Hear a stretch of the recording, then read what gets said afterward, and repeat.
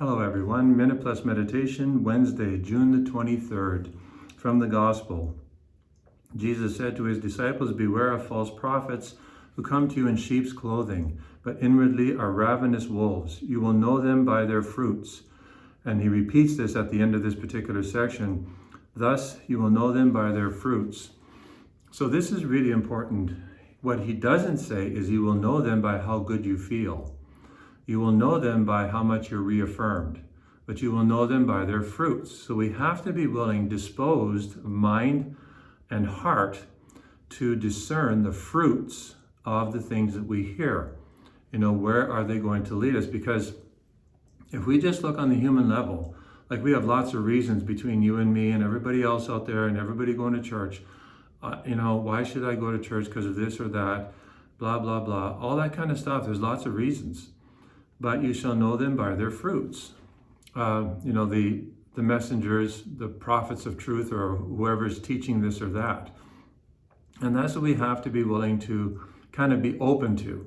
So, know them by their fruits. Does the teaching of Jesus Christ, I'll focus on the teaching of Jesus because obviously he's our ultimate model. Does the teaching of Jesus Christ, even though it's difficult and it often does go against our sensibilities, our whims and our desires for this or for that, does it lead us to happiness?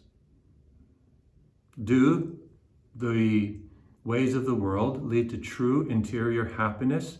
And I'm not talking about the immediate happiness of eating cotton candy that might taste sweet in the mouth, but it's not the healthiest kind of food. And if we eat enough of it, it's going to make us sick or we're going to die of malnutrition. Like, we have to be willing to go beyond with the immediate satisfaction that we receive. The whole spiritual religious argument or, debate, I'm spiritual but not religious and blah, blah, blah. And well, it's good to be spiritual. There's no doubt about it. But what does this mean? Dig deep beneath this. What does this mean? Well, often we can only discern what it means by our actions. And just one thing to highlight from this is that the religion that Jesus teaches calls us to commitment and God makes demands on us. God gets in our face, to use an expression. He got into Peter's boat. He didn't ask permission. He just got into Peter's boat.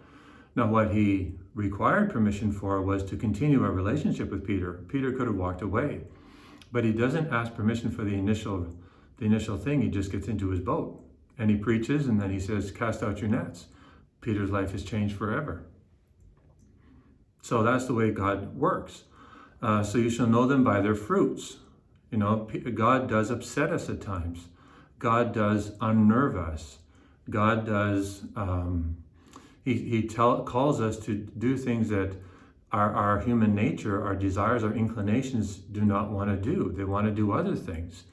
They want to sort of give in, go down the roller coaster and sort of just give way to our appetites and so on. God says, pick up your cross every day and follow me.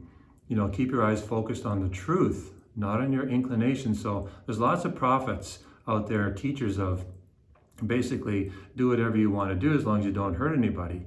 Is that the way to true happiness now and in the world to come? Or is it looking at their fruits? Does this really lead people? And for all I know, they may actually, right till their deathbed. But on their deathbed, where do they believe they're going? Do they believe they're going to God? But is it on God's own terms? That's the whole thing. We can't make God do what we want him to do. Are they just with their spirituality, they're going into the universe? Well, then their atoms will be scattered, but they really won't be.